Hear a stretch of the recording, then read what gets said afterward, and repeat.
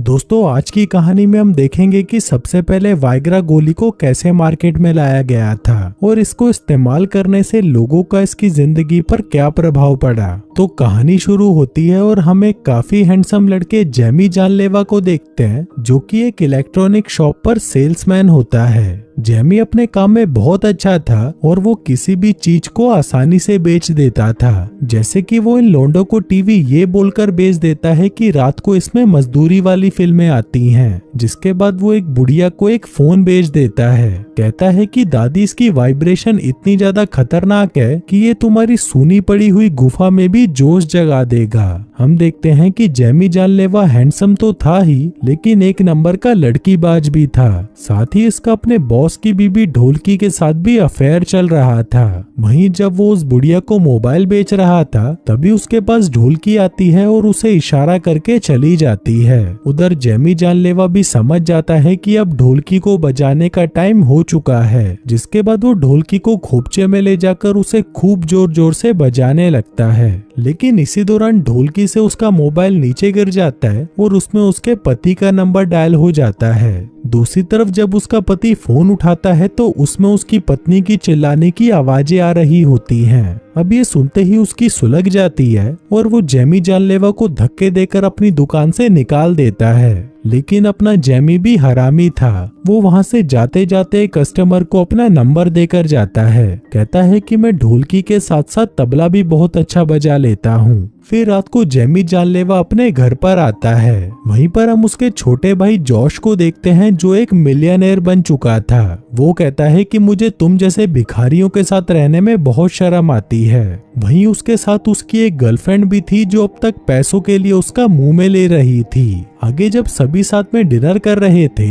तभी जॉश सभी को बता देता है कि जेमी जानलेवा को काम से निकाल दिया क्योंकि वो अपने बॉस की बीबी को कुत्ते की तरह पेल रहा था। अब ये सुनकर उसका बाप जेमी से कहता है कि अब तुम क्या करोगे, तुम तो ज्यादा पढ़े लिखे भी नहीं हो कि किसी कंपनी के मैनेजर बन जाओ। इस पर जेमी कहता है कि मुझे नई नौकरी मिल चुकी है और अब मैं डॉक्टर्स को दवाइयां सप्लाई करने का काम करूंगा। वहीं जेमी का बाप जो खुद एक डॉक्टर था वो कहता है कि भीसड़ी के तेरे से और क्या उम्मीद की जा सकती है। तभी जॉश कहता है कि दवाइयां सप्लाई करने के काम में भी बहुत पैसा है, क्या पता ये एक दिन करोड़पति ही बन जाए। आगे जब जॉश और जेमी बाहर बैठकर सुट्टा मार रहे थे तभी जेमी जानलेवा को उस लड़की का मैसेज आता है जिसे वो आज दुकान पर अपना कार्ड देकर आया था, जिसका मतलब था कि वो लड़की जेमी से अपना तबला बजवाने के लिए तैयार थी। फिर अगली सुबह जेमी तैयार होकर फाइजर नाम की एक कंपनी में जाता है जहां पर कंपनी की बॉस अपने सभी सेल्समैन को ट्रेनिंग दे रही थी। वो कहती है कि चाहे कुछ भी हो जाए तुम सभी को हमारी कंपनी की दवाई बेचकर ही वापस आना है। फिर जैसे जैसे टाइम बीतता है जेमी जानलेवा अपनी ट्रेनिंग पूरी करता है और दवाइयां बेचने वाला सेल्समैन बन जाता है। वहीं उसकी बॉस भी जेमी से काफी इम्प्रेस थी क्योंकि एक तो वो काफी हैंडसम था और दूसरा उसमें एक स्पेशल टैलेंट था कि वो चुटकी बजाते ही किसी भी लड़की को सेट कर लेता था। फिर अगले दिन से जेमी कंपनी के मैनेजर ब्रूस के साथ दवाइयां सप्लाई करने के लिए निकल पड़ता है। वहीं रास्ते में ब्रूस उसे कहता है कि ये काम इतना आसान भी नहीं, तुम क्या सोचते हो कि तुम मुंह उठाकर वहां पर चले जाओगे और डॉक्टर हमारी दवाइयां ऐसे ही ले लेंगे। उन डॉक्टर्स को हमारी दवाइयां सही नहीं लगती, लेकिन तुम्हें उन डॉक्टर्स को कन्वेंस करना होगा हमारी दवाइयां लेने के लिए। अब जेमी जानलेवा एक डॉक्टर को हॉस्पिटल के बाहर ही रोक लेता है और उसे अपनी मेडिसिन के बारे में बताने लगता है, लेकिन डॉक्टर को उसकी दवाइयों के बारे में पहले ही पता था और वो उसे कहता है कि तुम्हारी दवाइयां देकर मैं अपने पेशेंट्स की जान खतरे में नहीं डाल सकता। जिसके बाद वो और कई डॉक्टर से बात करने की कोशिश करता है, लेकिन कोई भी उसकी बातें सुनने को तैयार नहीं था। आगे जब ब्रूस और जेमी हॉस्पिटल में थे तभी जेमी वहां उस हॉस्पिटल की नर्स को देखने लगता है जो कि एकदम बवाल दिखती थी। जेमी कहता है कि ये लोग ऐसी नर्सें लाते कहाँ से हैं, जिस पर ब्रूस कहता है कि ये तो साली 2 कौड़ी की वैश्याएं हैं और आधे से ज्यादा मरीज तो हॉस्पिटल में इनको देखने के लिए आते हैं। तभी जेमी एक लड़की को आवाज देता है और लीसा कैसी है। ब्रूस कहता है कि उसका नाम लीसा नहीं है, जेमी कहता है कि मुझे पता है, पर यही तो मेरी ट्रिक है। ऐसे लड़कियों का ध्यान मुझ पर आ जाता है जिसके अगले ही पल वो मेरे बिस्तर में होती हैं। अब यहाँ पर ये दोनों डॉक्टर से मिलने आए थे, लेकिन डॉक्टर्स को इनसे मिलने में कोई इंटरेस्ट नहीं था। तभी जेमी वहाँ पर एक दूसरे कंपनी के एजेंट को देखता है जो यहाँ पर अपनी कंपनी की दवाइयाँ सप्लाई करने आया था। जेमी देखता है कि वो एजेंट तो बड़ी ही आसानी से डॉक्टर के कैबिन में चला जाता है, जबकि उन दोनों को तो डॉक्टर के झांट का बाल भी देखना नसीब नहीं हो रहा था। तभी ब्रूस उसे बताता है कि इसने हॉस्पिटल की रिसेप्शनिस्ट को पटा रखा है, जिस वजह से ये आसानी से अंदर चला जाता है। वहीं जेमी को ये आइडिया अच्छा लगता है, जिसके बाद वो दूसरे रिसेप्शन पर बैठी एक हिडिंबा के पास जाता है और उसे कहता है कि तुम्हारी खूबसूरती को देखकर मुझसे रहा नहीं गया, तो मैं तुमसे बातें करने चला आया। हिडिंबा कहती है कि बकचोदी मत करो और बता तुझे क्या चाहिए। जेमी कहता है कि मैं तो बस तुम्हें अपने घोड़े की सवारी कराना चाहता हूँ। अभी सुनकर हिडिंबा तो इम्प्रेस हो जाती है, साथ ही उसके पीछे बैठी एक लड़की सिंडी भी उससे इम्प्रेस हो जाती है। फिर जेमी उन्हें कहता है कि मुझे अपनी कुछ दवाइयों के सैंपल यहाँ पर रखने हैं, जिस पर वो मान जाती हैं और उसे अंदर जाने देती हैं। फिर अंदर आकर हम देखते हैं कि जेमी अपनी तो दवाइयाँ वहाँ पर रख ही देता है, लेकिन साथ ही वो दूसरे कंपनी की दवाइयाँ उठाकर अपने बैग में भर लेता है, जिसके बाद बाहर जाकर वो उन्हें डस्टबिन में डाल देता है। वहीं डस्टबिन के पास एक भिखारी बैठा था जो जेमी के जाने के बाद उन दवाइयों को निकालकर अपने पास रख लेता है। फिर अगले दिन से हम देखते हैं कि जेमी रोज हॉस्पिटल में जाता और हिडिंबा और सिंडी को अपनी बातों में फंसाकर वहां पर अपनी दवाइयां रख जाता। साथ ही वो दूसरी कंपनी की दवाइयों को उठाकर उन्हें बाहर डस्टबिन में फेंक देता।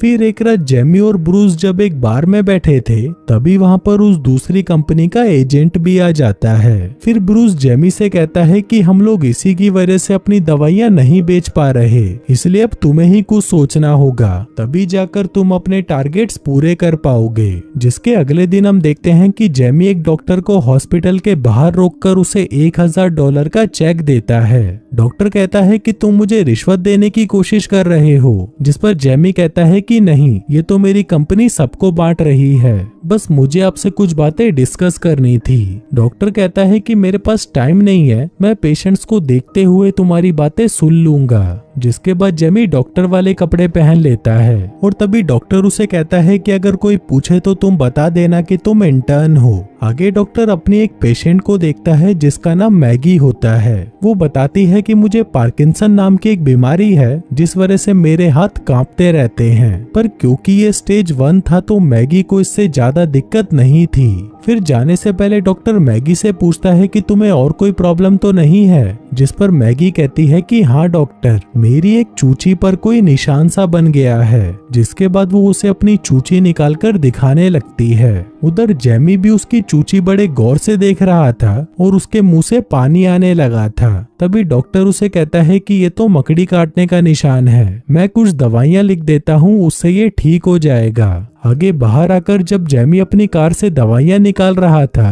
तभी वहां पर मैगी आती है और उसके सर पर मारने लगती है। कहती है कि भीसड़ी के मुझसे माफी मांग, तेरी हिम्मत कैसे हुई मेरी चूची देखने की। जेमी कहता है कि तुम्हें कैसे पता मैं डॉक्टर नहीं हूँ। मैगी कहती है कि भीसड़ी के मैंने तेरी गाड़ी में दवाइयां देखी हैं और तू तो साला कोई दलाल ही हो सकता है। जेमी कहता है कि ठीक है, मैं उस डॉक्टर के लिए माफी मांगता हूँ जो तुम्हारी चूचियां देखने के बाद भी पागल नहीं हुआ। मैगी कहती है कि तेरे पास लड़कियों को पटाने का टैलेंट तो है, जो कहकर वो वहाँ से जाने लगती है। तभी जेमी उससे उसका नंबर मांगता है तो मैगी उसे मिडल फिंगर दिखाकर वहाँ से चली जाती है। फिर घर आकर जेमी सिंडी को कॉल करता है और उसे कहता है कि आज जो मैगी नाम की पेशेंट आई थी, मुझे उसका नंबर चाहिए। सिंडी कहती है कि नहीं, हम ऐसे किसी पेशेंट का नंबर नहीं दे सकते। अब अपनी बात मनवाने के लिए जेमी सिंडी से गंदी गंदी बातें करने लगता है। वो कहता है कि तुमने अंदर कौन से कलर की कच्छी पहनी है। सिंडी कहती है कि सफेद रंग की। जेमी कहता है कि फिर तो मैं उसे उतारकर तुम्हारी गुलाबी देखना चाहता हूँ। अब ये सुनकर सिंडी शर्मा जाती है और उसे मैगी का नंबर दे देती है।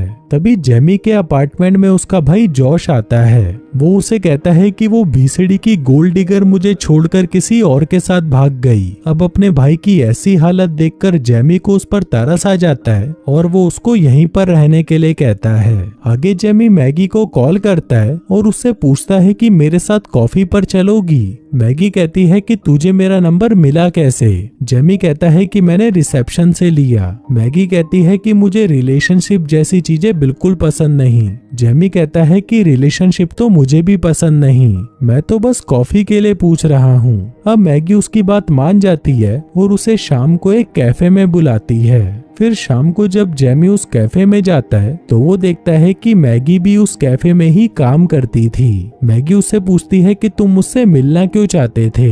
जेमी कहता है कि तुम्हारी आंखें कितनी सुंदर हैं, कहाँ से लगवाई। मैगी कहती है तुम ये ट्रिक हर लड़की पर यूज करते हो। जेमी कहता है कि नहीं, तुम्हारी आंखें सच में बहुत खूबसूरत हैं। मैगी कहती है कि देखो, मुझे रिलेशनशिप नहीं चाहिए, लेकिन अगर तुम चाहो तो हम मजदूरी कर सकते हैं। जेमी कहता है कि क्या तुम पहली मुलाकात में ही देने को तैयार हो। इस पर मैगी कहती है कि तुम भी इतनी मेहनत इसीलिए ही तो कर रहे हो, इसलिए चलो मेरे घर चलते हैं, वहाँ दबाकर मजदूरी करेंगे। अब जेमी तो चाहता ही यही था, जिसके बाद वो दोनों मैगी के घर जाते हैं और वहाँ पर दबाकर मजदूरी करने लगते हैं। अब उस दिन के बाद से ये दोनों रोज मिलते हैं और इन्हें जहाँ पर भी जगह मिलती ये लोग मजदूरी करना शुरू कर देते।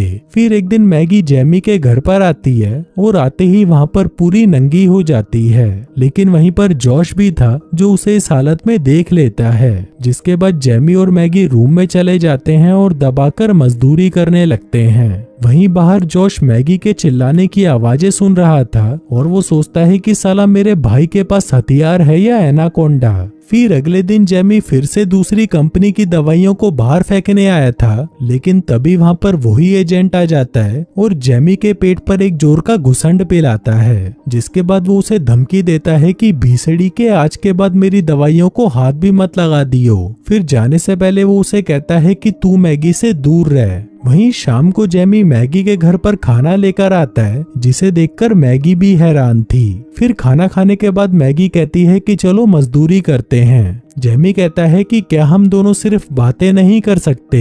मैगी कहती है कि नहीं, तुम पहले बातें करोगे और फिर तुम्हें मुझसे प्यार हो जाएगा और मुझे रिलेशनशिप नहीं चाहिए। जेमी पूछता है कि क्यों, तुम्हें रिलेशनशिप क्यों नहीं चाहिए। मैगी कहती है कि बस नहीं चाहिए तो नहीं चाहिए, अगर तुम्हें मजदूरी करनी है तो करो, नहीं तो चलते बनो। अब ये सुनते ही जेमी मैगी से चिपक जाता है और वो दोनों दबाकर मजदूरी करने लगते हैं। फिर रात को जब जेमी और ब्रूस कहीं पर जा रहे थे, तभी जेमी ब्रूस से कहता है कि कंपनी जो नया ड्रग लॉन्च कर रही है वो मुझे अभी चाहिए। ब्रूस कहता है कि तुम्हें पता भी है वो क्या है और वो मैं तुम्हें ही क्यों दूं।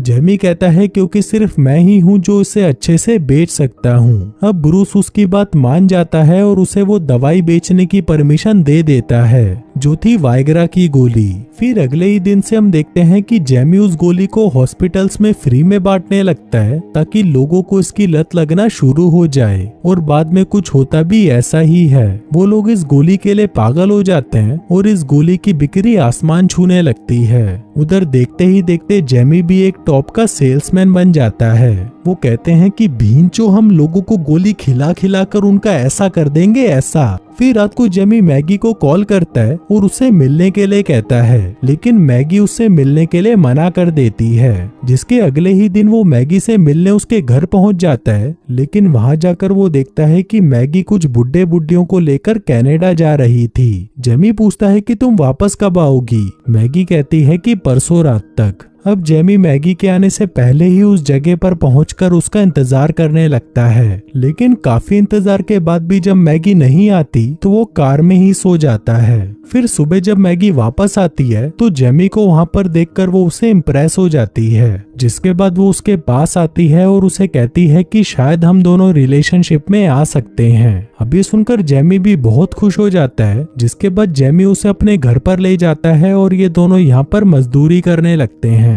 अब मैगी को इसे थोड़ा इंटरेस्टिंग बनाना था तो वो उन दोनों की मजदूरी की वीडियो बना लेती है, लेकिन तभी वो वीडियो जेमी के भाई जॉश के हाथ लग जाती है और वो उस वीडियो को देखकर अपनी हाथ गाड़ी चलाने लगता है। लेकिन इसी दौरान जेमी वहाँ पर आ जाता है और जॉश से पूछता है कि तुम ये क्या कर रहे हो। अब ये देखकर जॉश की फट जाती है और वो कहता है कि मैं तो बस भाभी की चूचियां देख रहा था। तभी जेमी का दिमाग घूम जाता है और वो उसी वीडियो टेप को लेकर उससे जॉश की गींड तोड़ देता है। इसके बाद जेमी वहाँ से मैगी के घर पर जाता है जो कि अपनी चोली खोलकर उसकी लोली लेने के लिए तैयार बैठी थी। लेकिन तभी अचानक जेमी की सांस फूलने लग जाती है क्योंकि वो मैगी को आई लव यू बोलने आया था। लेकिन उसे डर था कि कहीं मैगी उसे मना ना कर दे, लेकिन फिर भी वो उसे हिम्मत करके आई लव यू बोल ही देता है। लेकिन मैगी इसका कोई जवाब नहीं देती और उसके साथ मजदूरी करने लग जाती है। फिर उसी रात जेमी अपने भाई को लेकर एक क्लब में जाता है जहाँ पर उसका भाई ये देखकर हैरान था कि जेमी के पीछे तो लड़कियों की लाइन लगी पड़ी है और हर कोई लड़की उससे पूछ रही थी कि मेरी कब लोगे, मेरी कब लोगे।